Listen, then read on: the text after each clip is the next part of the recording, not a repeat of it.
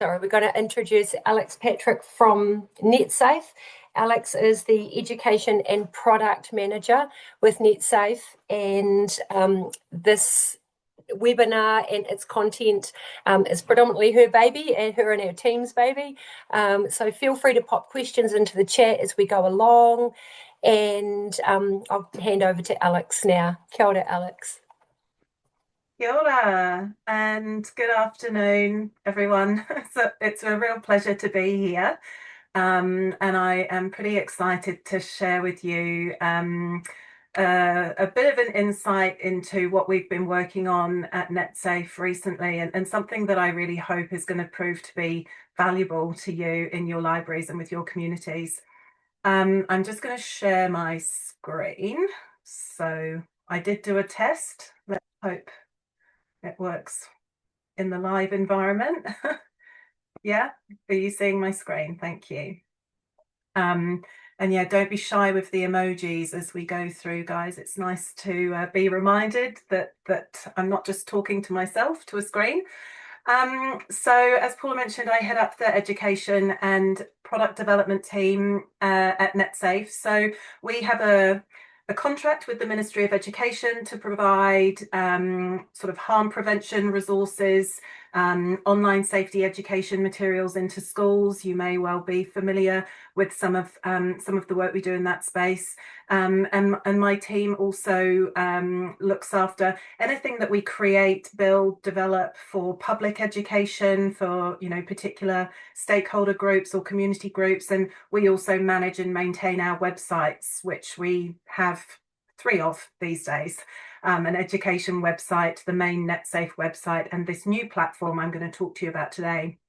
So we're busy. We're only a team of 3 people, so I'm very hands-on, and yeah, I'm here today to share with you the new platform that we launched last month, which is about 10 months in the making. Before I get to that, though, I thought it might be nice to sort of start off with learning a little bit more about one another's work. I'm very interested to learn a little bit more from you about the realities of your day-to-day and how online safety and digital well-being might show up in the work that you do. So my plan of attack for the next 40 minutes or so is to sort of check in on our realities. I'm going to share with you a few insights that we gathered from some research we conducted about 10 months ago, and all of that, how that kind of led us to reflect on what it was that we were going to build when we created a new parent and whānau resource, and then I'll share that with you. So I wonder if anybody is keen to take part in this. This is completely safe because it's anonymous and I won't see you. But if you've got another device, or if you can open up another window in your laptop, head to menti.com or scan that QR code and enter this code 69716132. I've got 3 questions I'd like to ask you to, as I said, learn a little bit more about your world and how online shows up in your day-to-day. So I'm going to quickly flick screens and we're going to be able to see our responses as we go. Oh, great, I can see quite a few of you in here already. I'm getting the thumbs up, thank you. And it's fine if you don't want to take part, or if you don't have a device, that's no problem as well. So if you haven't joined yet, don't worry, the instructions will remain on the screen, but I'm going to open up the first question for you. And I'd really like to know, what are the questions that you commonly get asked from the visitors to your libraries? What are you getting asked about when it comes to digital life, online safety, digital citizenship, anything that might relate to me being here from Netsafe? I'd love to learn a little bit more about how this actually shows up for you in your spaces. Is public internet safe to use? Great. Is it a scam? So some really kind of specific and practical questions here. How to recognize scams, how to keep my teens safe. Is it AI? Gosh, okay, even how to manage their data in the cloud. So real, yeah, like how-to questions. That's great. How can I block violent games from my primary age kid?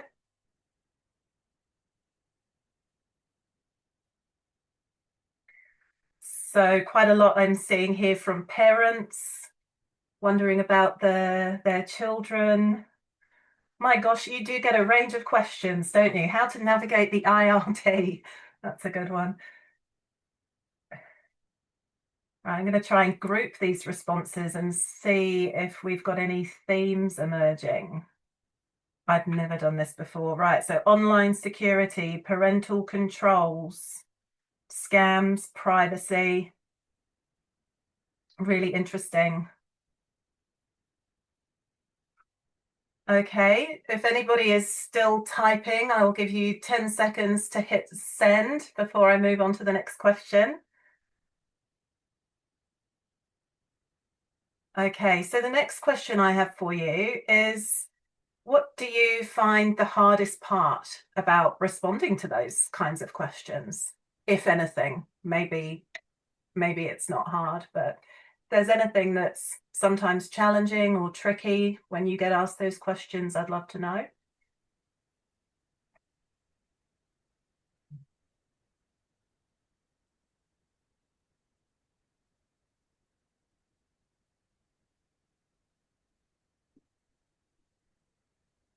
Maybe a bit more of a thought-provoking question here. Yeah, questions often don't have a concrete answer. That's a really, really good insight. And your own level of confidence as well in the platform or with the internet. As the range of questions that you were sharing just then, would it would not be reasonable to think that you would have the answers to all of those questions. That was a pretty wide range of things that you're getting asked. Digital confidence. I love this. Everybody's coming from a different place of understanding. Absolutely right. Being neutral and objective. And the parental expectations, parental knowledge. Okay, this is really, really good stuff. 10 seconds to hit send if you've still got an answer coming through. Lots and more questions coming on about AI. We're definitely seeing that come through. Okay, my final question for you. Is there anything that you wish that you had to hand that you could share in those moments, or something that you wish you could refer to when you're coming up against those sorts of questions? A personal assistant. Yes. Oh, you do refer to Netsafe. Thank you. We appreciate the support. Yeah, a website, a guide.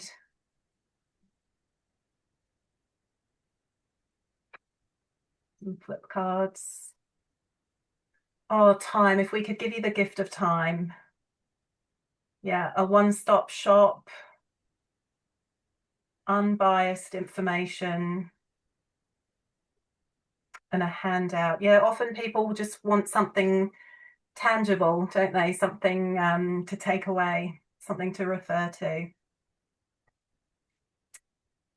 This is great. And, I really appreciate this opportunity to ask you these questions because, being in the product development team, we're always seeking input around what would be helpful, what would be useful, what's actually practical and needed out there in our communities.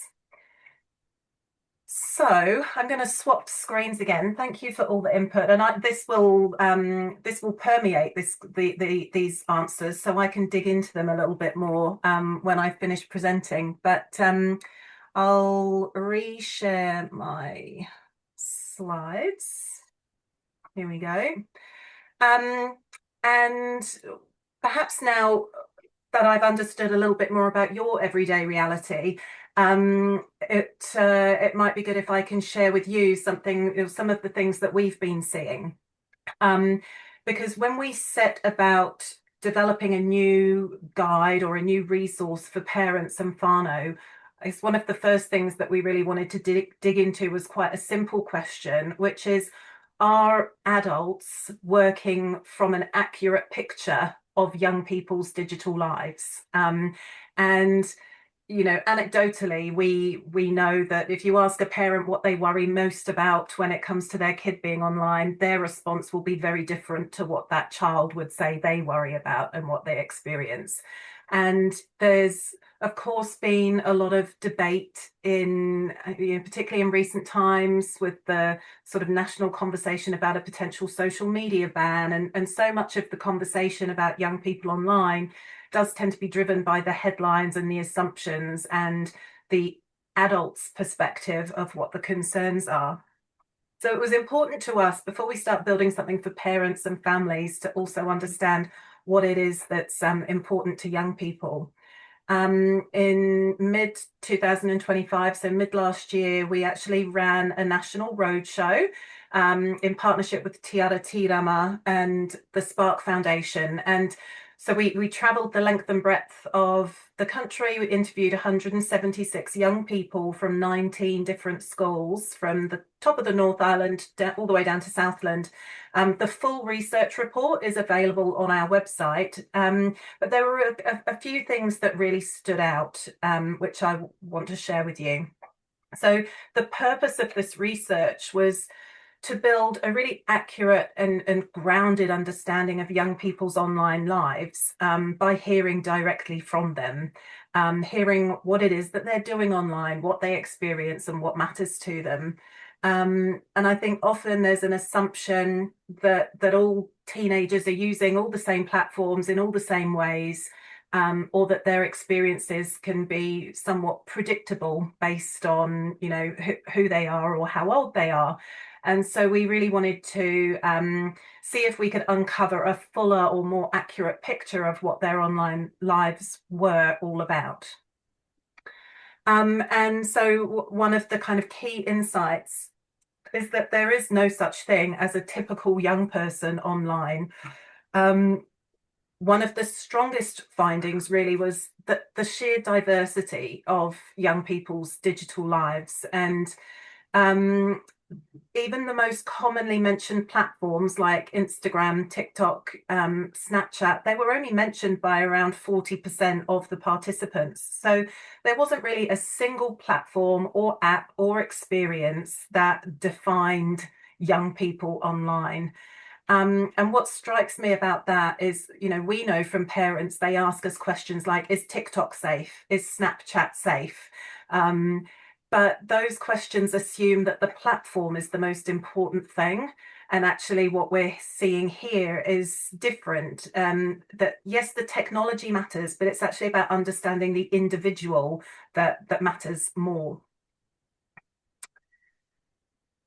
Another thing that came through is that, as adults can often assume that young people, teenagers are spending their time online, just aimlessly scrolling, wasting hours and hours without purpose. And the perception that nothing good can come from this is a common theme in the kind of debates about online use with young people. And so to test that assumption, the young people in this survey were asked directly, what do they get out of being online? And that question was really designed to move past the stereotypes and to understand potential benefits and the meaning that they see in their own digital lives. And what they described was pretty powerful, because there were some main themes that came through around connection, communication, discovery, learning, entertainment, escape, and even self-expression and belonging.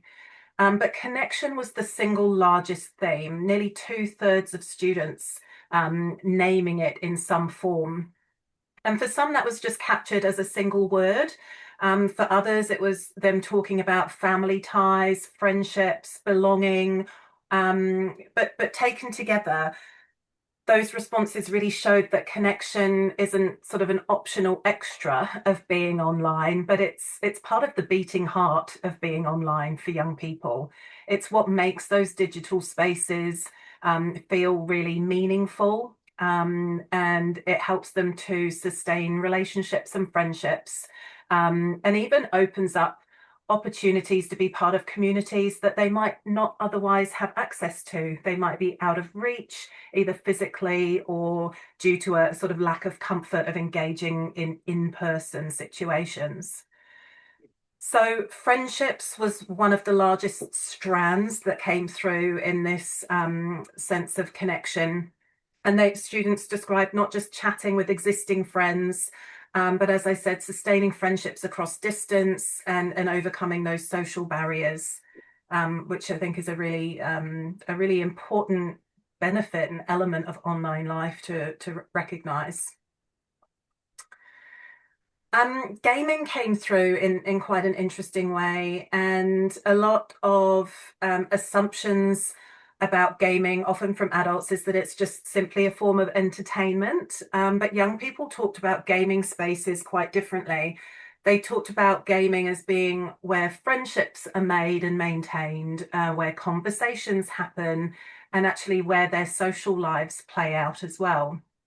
And um, this wasn't about young people mentioning specific names of games. A lot of them simply wrote gaming, suggesting that it's quite a routine part of being online, or that it's almost identifying with gaming in a way of saying, this is who I am online, not something that I do online. Um, and the normalization of using that descriptor of gaming, it's almost the same way that people just say social media or chatting when asked about their time online. And I think what's interesting there is that a lot of the concerns that adults raise around being online is often about social media, but those same concerns can play out in gaming spaces, and yet gaming often receives a far less attention in conversations about digital well-being. So that's something that I found quite insightful in terms of how do we support our parents, our families, our communities to better understand gaming and gaming culture and what it means for young people, and to kind of broaden that conversation beyond just talking about social media.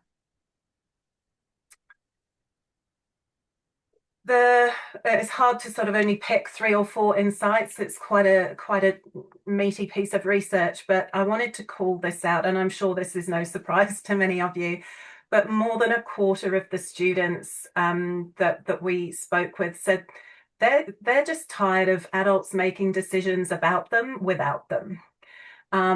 They see the consequences of those sorts of exclusions in rules that don't fit, or in proposals to restrict access that they don't believe will work, and simply in the debates that kind of misrepresent what it's like for them to grow up online. And so we heard young people really asking adults to try and understand their experiences before judging them, and to recognize that the world that they are growing up in, that they are living in, it's not the same as our childhood was when we were, when we were going through those ages and stages. And the world that is a different world that no longer exists. So there was a particularly important insight I felt in terms of thinking about building again a new platform for parents and whānau, and considering how do we try and embed this concept of curiosity and connection on the part of the parent, guardian, caregiver, as a really foundational approach, because that's the message coming from our young people is we want our adults, we don't want them to go away, we don't want them to leave us alone, we want them to be more interested in what we're doing, and to kind of walk that alongside with us. So those were some of the considerations that we were pondering as we created the Digital Guardian Guide. So we received a bit of funding last year to reimagine what historically Netsafe had for parents was a 14-page PDF booklet. Um, it was sort of one resource, one size fits all, and we really needed to change that. And then when we got some funding, we were able to think about how we did that. So this is designed to be a place to browse, to discover, to learn, but also a place that can pinpoint the specific content you might be looking for, for a parent in a moment of 10 p.m. panic, or for you as a librarian with a specific question facing you that you need to find an answer to. Mm. So just as we think about how to organize the content, and this might feel familiar because we kind of borrowed from the concept of a library in terms of organizing our content into collections and categories. So we've got collections that reflect the realities of digital life for many families and the common topics and concerns that we know parents ask about and have concerns on. And because every good library needs librarians, we've also got our helper here in our platform called Scout. So Scout is the persona that we've given to the search functionality, and Scout can help you filter and find and refine content to meet specific needs. And because one of the kind of core principles of the guide, it's not about providing one resource with one singular viewpoint on a topic. It's really designed to help parents discover a resource or an activity or an answer that feels most relevant to them and that meets them where they are at with their whānau. Mm. And so to support that, we created a section in this toolkit for them to build their own guide. So by answering a few short questions about their family's online life, the guide will filter and refine the content to most reflect the responses that they've given. So I think for me, what works about this approach is that it really speaks to the fact that there isn't one pathway through digital life. There isn't one way to parent through digital life, and no young person's experience is the same. So there isn't, any one challenge or one question. People arrive here with different experiences, different concerns, and different levels of confidence. And this guide is designed to really try and support that reality. The other thing I would probably mention here is just the range of content or the range of formats that is made available.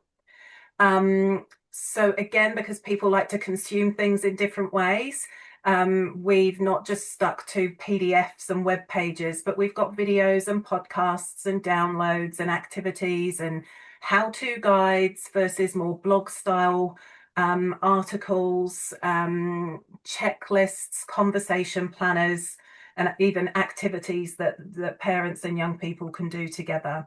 So, and some interactive modules as well. So there's quite a range of different materials, again, to suit people where they're at and what they're looking for. So if I was to maybe just step you through a bit of a scenario, what might that look like? Say, for example, a parent was worried, they've got a 12-year-old and they're concerned that they're maybe in some messaging apps and maybe being contacted by someone they think might be a grown-up. First of all, we can surface some immediate how to respond to this. So we've got a series of content called Recognize, Respond, Support.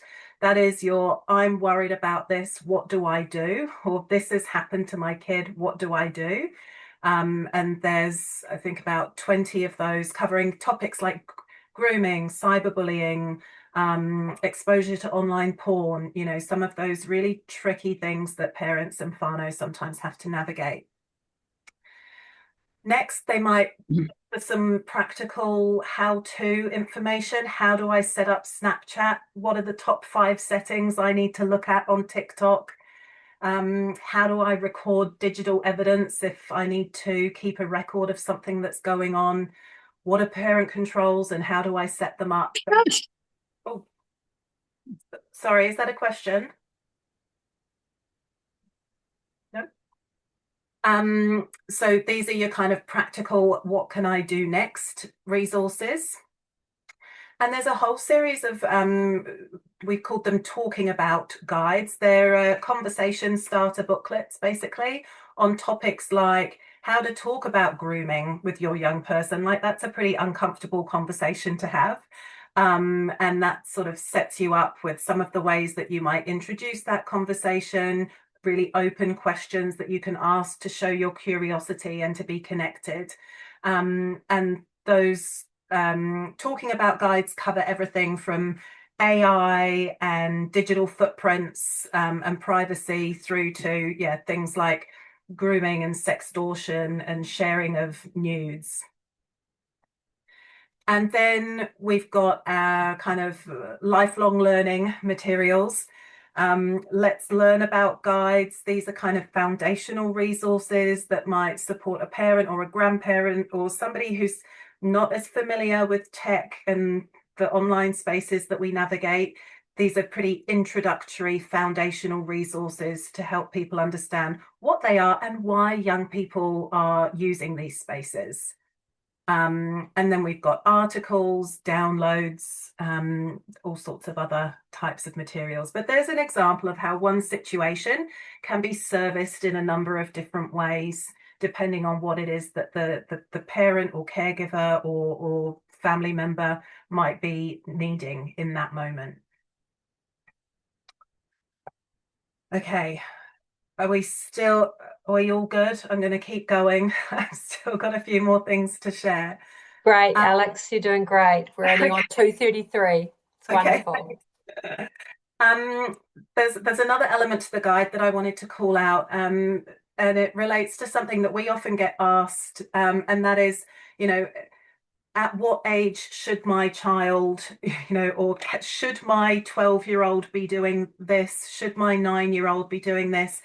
And I think that what's really important, as we know, is age only tells us a part of a story. And traditionally, in lots of ways, we organise childhood around age, and online safety education has kind of followed suit. But digital life just doesn't always develop into those neat age bands. And yes, we can say that this platform is not suitable for a 13 years or younger or what have you, but I think there's a bigger piece of the story to just thinking in that sense. So when we built the platform, we wanted to somehow approach this sense of age and stage, because two children of exactly the same age can have very different experiences, of course. One might be only just setting out exploring their first online game, while the other might be already kind of making videos on mum's phone and using different apps and platforms and navigating different sort of search engines and streaming platforms. So it's important to understand, what are they doing online? How confident are they? How much supervision have they got? What support do they have around them?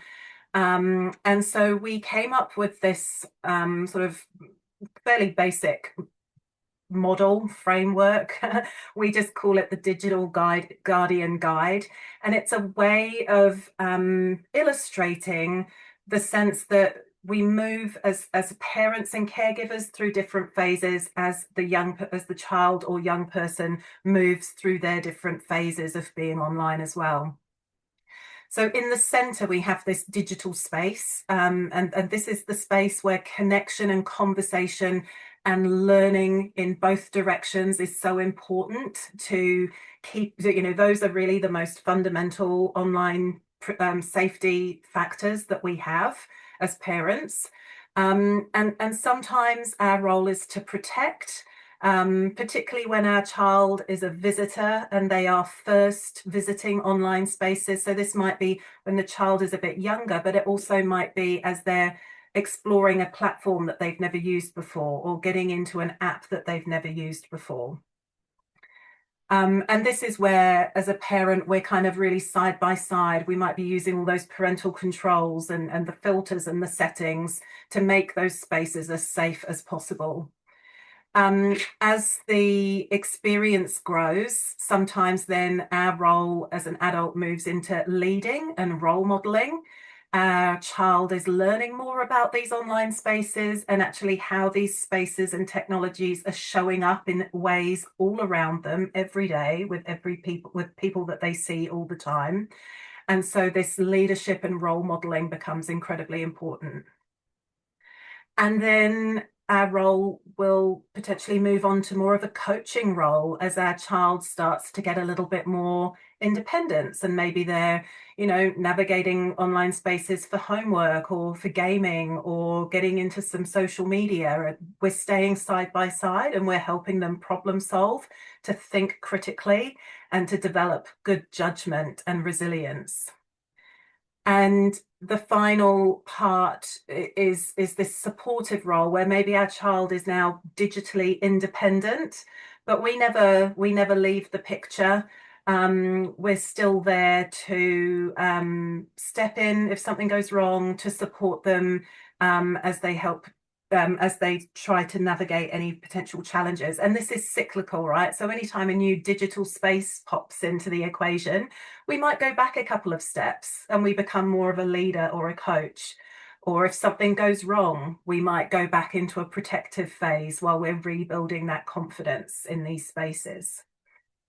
So this model it's inside the resources that you see here, the Digital Guardian guidebooks, and so it's a way of framing how the role of the parent, the caregiver, can move back and forth as that experience of the young person evolves as well. But wait, there's more. Has anyone actually had a look at the Digital Guardian Guide already before attending the webinar? Give me an emoji if you have. No, that's all good if you haven't. I'm going to give you a quick look at it now. Let's go back to the homepage. Now, it's designed to be mobile first. It's a beautiful experience when you're on a mobile, and actually the initial data 4 weeks in since launch is that about 70% of the usage has been on mobile. So we did make the right call there, but I will say it does look nicer on a mobile than on a desktop. So you land on the homepage. Here's where you'd go in to build your guide. So this is where you will answer 4 questions around what your tamariki or rangatahi are doing online, anything that you might be worried about as a parent, or a milestone that you might be preparing for. You can tick these answers, and that's going to then share with you these recommended resources. And they're categorized into their collections. So resources to help you just learn and build knowledge and understanding, resources to help you talk and connect with your young person, and resources to help you support them if something were to go wrong or if you needed to step in at some point. So that's the build your guide, and then you can bookmark those resources and save them all here into your Digital Guardian guide. And you might like this because you're librarians. You can pick them up and you can drop them into the returns box once you've read them and you don't want them anymore. We thought that was quite cute. We've got featured collections, and then a whole section, as I said, where collections have been curated for you. So if, for example, I'm preparing to get a first phone for my kid, here are all of the things that would be relevant for me to know as a parent. All the things that might be relevant for me to know about my child chatting online and building online relationships. The thing I wanted to show you, which I haven't mentioned yet, is a couple of really neat little features in here. So as I mentioned, connection and conversation are fundamental protective factors when it comes to keeping our children safe online. And that's not about having one big online safety talk, every 3 months, but it's about having everyday check-ins, everyday chats, and finding ways to really normalize those conversations. So we created these korero cards, and these are just ideas, starters, things that you could drop into conversation at the dinner table or in the car on the way home from school, or when you're sitting around watching TV of an evening. There's over 100 of these little conversation starters. And then you can flip the card over and it gives you a little prompt on how you could respond or what you could say next to keep that conversation going. There are korero cards that are just about starting to make conversation, just having the talk. There are korero cards to help you connect. And so these might include things like a little challenge that you could do together as a parent and child. And cards that help you learn more about their perspective. So if you could change one thing about the internet, what would it be? These sorts of questions can really help you get to know your child or young person in a different way and can open up some really powerful conversations about their lives online. The other thing that we recognize is that, everyday conversations are important, but also sometimes more serious or uncomfortable conversations might need to be had. And so we created a conversation planning tool that can help parents and caregivers prepare for those more uncomfortable conversations. I'm not going to talk you through every single slide here, but basically it prompts you to select from a range of different options based on what you're noticing. So I've noticed my child becomes really secretive about their device, or they're hiding their phone from me when I'm walking past, for example. What that might mean, how you can prepare yourself for going into a conversation based on how you might be feeling in that moment.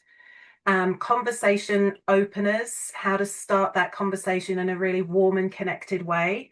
And then based on what your child might say back to you, where you could take the conversation from there. So I feel this is a really powerful tool for parents who might not know where to begin in having one of these conversations.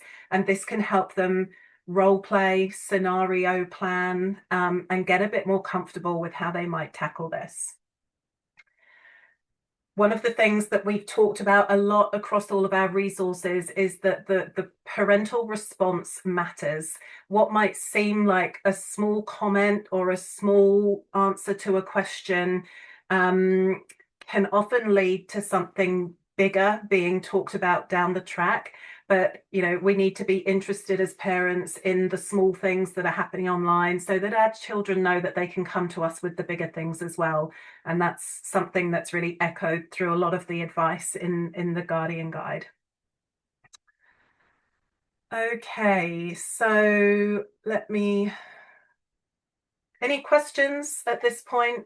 I've been talking a lot and sharing a lot. No questions yet. I imagine everybody is hanging on every word you're saying, like I am, Alex. But feel free, You're people, very to kind. pop your questions in the chat. Yeah, so do get them ready. I've got a couple more things to share with you, and then my slides are done. So we launched this Guardian Guide on the 13th of May, so it's been live for a month. The big thing now, it's all very well creating this. There's a lot of work building it, but we need people to know that it exists. And we need our parents, grandparents, aunties, uncles, community leaders, anybody and everybody to actually be using this resource. And it can be, yes, there's a lot of digital parenting advice in there, but that can equally be relevant for anybody who's involved in some way in supporting a young person online.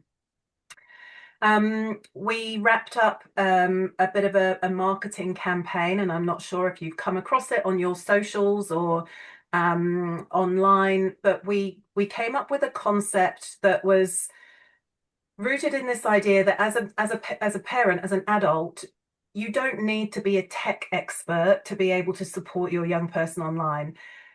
You don't need to have all the answers, especially now that the Digital Guardian Guide exists. So I'm just going to play for you in case you haven't seen it. I'll play for you the campaign video that we came up with, and then I'll share with you the resources that we've got available for you in your libraries.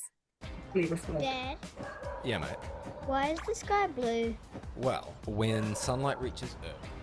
Nana, Yes, darling. was everything actually black and white when you were little? No, dear. It's just old photograph. Coach, Yes? why do we have to warm up? Warming up stops you getting injured. It increases body. Hey, Yeah? why did someone send me this in my chat?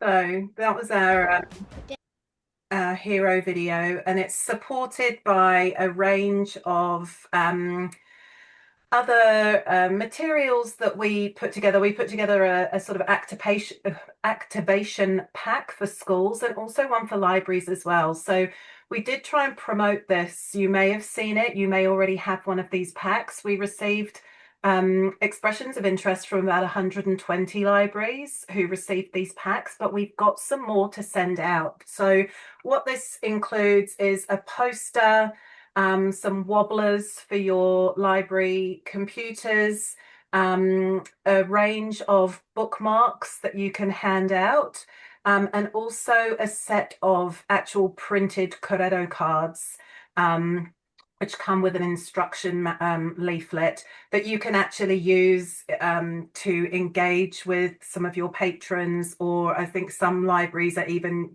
like using it as something that can be lended out to families as a kind of practical, tangible resource. And yeah, as I say, we've got more of these packs to give away. So if you'd be interested in having a pack to set up a display and promote the Digital Guardian Guide in your library, just please contact us at outreach@netsafe.org.nz. And we will happily send one of those out to you. We've also got some similar packs that are available for Net Safety Week, which is taking place in August. So another opportunity if you wish to sort of make digital safety and well-being a bit of a kind of topic of the month, then you can participate in Net Safety Week and potentially promote both things at the same time. We certainly appreciate the support of libraries. We've had traditionally really great success when we've worked together to try and reach our communities and let people know what's available to support them. So just appreciate any opportunities you find to share the Digital Guardian Guide and use it yourselves to answer some of those questions that you might be coming up against. But that is the end of my slides. I'm very happy to try and answer questions. And I hope that that was in some way interesting or helpful. Alex, well done. Thank you so much. Just while we're holding the strand around resources, Hannah G, Sophie and Ronnie, you had questions in the chat around promotional materials. If that hasn't answered your question, could you maybe pop your hand up and speak and the rest of your question if the way Alex referred to resources hasn't answered your question? And then while keeping up with the questions, Alex, there was a question, is the guide only available via the internet, not an app? I've just seen that question. So that's a great question. It is phase one is it is a website. And I forgot to mention this, this is not just a resource dump and something that we've created that's never going to evolve or change. The Digital Guardian Guide is now a core part of NetSafe's sort of ecosystem in terms of how we support whānau. And we already have some funding for phase two. We already have some ideas. And one of the ideas I'm exploring is to turn it into an app or have a version that is an app that can be accessed offline. And then, we kind of addressing some of that digital equity piece as well, where we know people don't always have the internet connection or the bandwidth to download and watch videos and what have you. So yes, that is definitely in our plans. Fantastic. So that might also answer Kai's question Yes, around updating and changes. Kai, has that covered it for you okay? As a product team, it's, as I say, it's part of our core ecosystem. So it has the kind of content management and life cycle management strategies wrapped around it to make sure that, yeah, we are keeping up with new and emerging topics that we need to be talking about, and updating sort of platform specific advice as and when that tech changes as well. I've noticed we have a few school libraries and librarians in on this webinar. As practitioners, you've got a different role again, often being that safe person, that safe space for our rangatahi in particular to explore conversations with somebody that's not a parent. Are there any questions or comments around this resource from our school library practitioners, or Alex, anything from you directly to these people who work sort of in loco parentis so often? Yeah. And I think when it comes to the school space, you know, our hope is that this becomes a really core resource for schools to share with their communities as well. We hear so often from principals and school leaders and teachers that their number one challenge is getting parents to engage in these sorts of conversations and around this topic. Even when a school might be kind of in the midst of dealing with a digital incident, they can still find it very challenging for parents and the families to want to kind of step into the conversation and, you know, understand the role that they can play. And so my hope is that the variety of resources here gives schools a few more options to try and connect parents, particularly around the podcasts. The other thing I would just mention for the benefit of school librarians is launching next month, and in August, we've got a brand new suite of digital incident response guides that are incident specific. So for example, a student has shared an intimate image and it's being, you know, it's going viral around the school, or a student has filmed a fight or has used technology to organise a fight. So those sorts of incidents that we know are quite commonplace, unfortunately, in schools. We've got some specific mapped response guides. And following that, in August, we have a series of 14 short form videos launching specifically for parents to help them engage through the life cycle of a digital incident before, during, and after. So we've got lots more coming in that school space. And if school librarians are not already part of it, you can join the education website, which is education.netsafe.org.nz. And that is where all of our online safety resources for schools are hosted.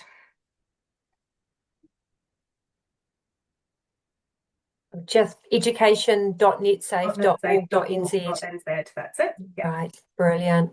Oh, that's fantastic. But there's some fantastic comments coming through. A question from Alicia: could Netsafe be part of the Zero Data Portal? I don't know what the Zero Data Portal is. Sorry.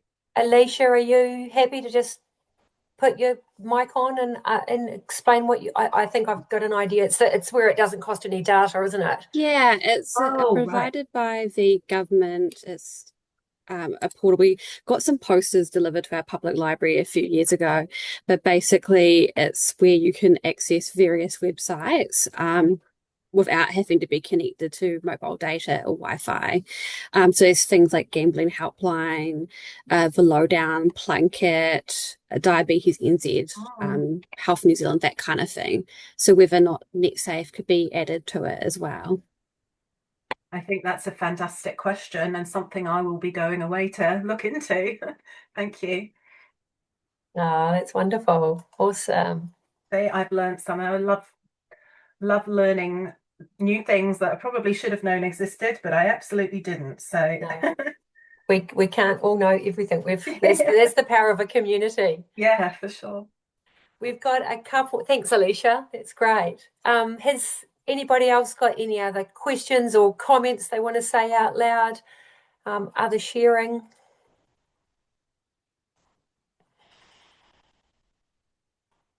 Just jump in. There's quite a few of us in the room, so I can't see if hands are up easily. I'll jump in if that's okay. Wonderful. Hi, my name's Chrissy Wright, and I'm the librarian for CCS Disability Action's National Library. So we've got a real strong focus on resources around disability, both for adults and right across the sector. And so because we work with such vulnerable populations, this is a topic that's very dear to my heart and that I've experienced when I've been working in a coordination role at the organisation. So I just want to thank you so much, Alex, because this has just been so much valuable information. And I've had a quick look at the report already as you've been talking. And yeah, I think this would be, of value to present again, even to do a second time. Thank you so much. Thank you, Chrissy. I appreciate that feedback. And I'm very happy to come and speak again about this or about other aspects about our work and our resources. And if you haven't found it already, Chrissy, you might be interested. There is some specific resources in there and on our main website to support adults and young people with learning disabilities, all based on the HOHEPA DigiCitizens framework. I did see that. Yeah, I was coincidentally checking this out the other week and had come across that work because I'm always looking for information that's appropriate for people learning difficulty, etc. So thank you again. Great, thank you. Chrissy, you triggered something for me. I thought I've had that for our digi coaches and community libraries. This would be a hugely valuable webinar for people to attend, so that we've got a sort of a multi-prong approach in our community libraries, so that it doesn't all fall on our children's and youth practitioners, because we know that that plate's pretty full as it is. So maybe Alex will have a chat to you offline around focusing or targeting this in another area of predominantly public library use. Lauren, you had a question. Hi, yes, I have a question, but it is unrelated to today's topic, but I really needed to canvass this particular group of people because I've been in contact with Little Libraries. I don't know if anybody else has heard of them. They're an organisation that donates small collections of picture books to under-resourced early childhood education centres. And we came across the Little Libraries purely by chance, and I struck up a conversation with them around how they choose which early childhood centres receive the Little Library shelves and kits, and they do it based on equity index and go for underprivileged areas. They were surprised at the amount of early childhood outreach that our team does, because I'd said, I've got a team of 3, and these wonderful women visit about 60 early childhood centres every term across Tauranga Moana. And, we have quite an intimate knowledge of the varying levels of literacy resource that these centres have. So they were thinking perhaps they could use public libraries as a resource to help them decide who might need one of these little library collections, sort of dig into that on the ground knowledge that we have. So what I was wondering is the amount of outreach that we do, unusual. Who else does early childhood outreach, and sort of how many centres might you see per term if you do? If you could just pop a response into the chat, that would be awesome, so I can let Little Libraries know whether connecting with big libraries would be useful to them to help them decide where to distribute their kits. Thank you. Lauren, I'm wondering we could build on this offline, but if we were next month to have a fill your own cup session, this could be something that we might be able to get little libraries to do a 5 minutes on, and then curate some data from the people in the room too, as well as the ones who can't be there. Great idea. Good idea. Thanks. Thank you. Dave, last person, I think we're going to have to close. Yeah, cool. What was your question? Kia ora. It's not really a question. I just wanted to kind of echo what other people have said, but libraries as a third place, that place other than school before we go home.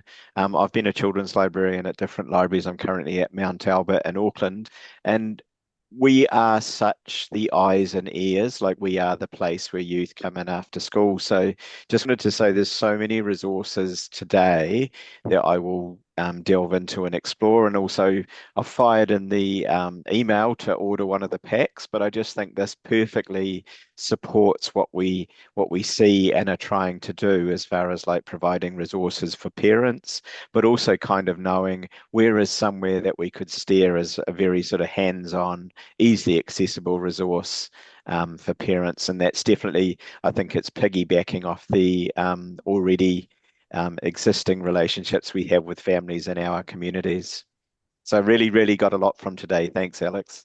Well, thank you so much. That's, makes it so rewarding to hear that it's landed and that actually this resource is something that can really be helpful. So I look forward to seeing where it goes. And we'll get that pack sent out to you ASAP. Thanks for those lovely closing words, Dave. That summed it up beautifully. I'm Alex. Thank you so much for your time, your energy, the way you've delivered this. It's made it so relatable. Many of us in this virtual room have sat in different spaces and places within the library ecosystem, and the information is transferable, it's relevant, and it acknowledges that place that libraries have within their communities as being that safe space, especially for our rangatahi and tamariki. So huge thanks to you. Yeah, it's my pleasure. Thank you for having me. I'll close with a very appropriate karakia. Ono hia te pō whiri marama, tomo kia te ao whatu. Sorry, tomo kia te ao whatu tangata. Tātai ki runga, tātai ki raro, tātai aharo, humie, tā kie. Thanks, everybody. See you next month.